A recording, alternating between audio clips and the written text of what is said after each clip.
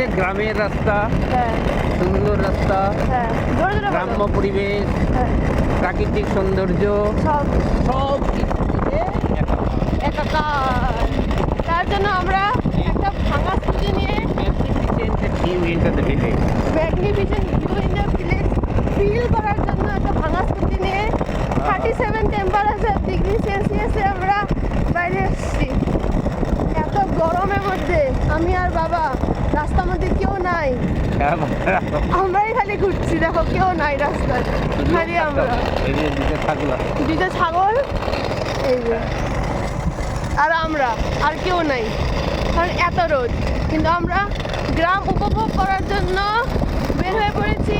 রোদকে উপেক্ষা করে রোদকে উপেক্ষা করে আমরা বেরিয়ে পড়েছি। আমরা বের হয়ে পড়েছি।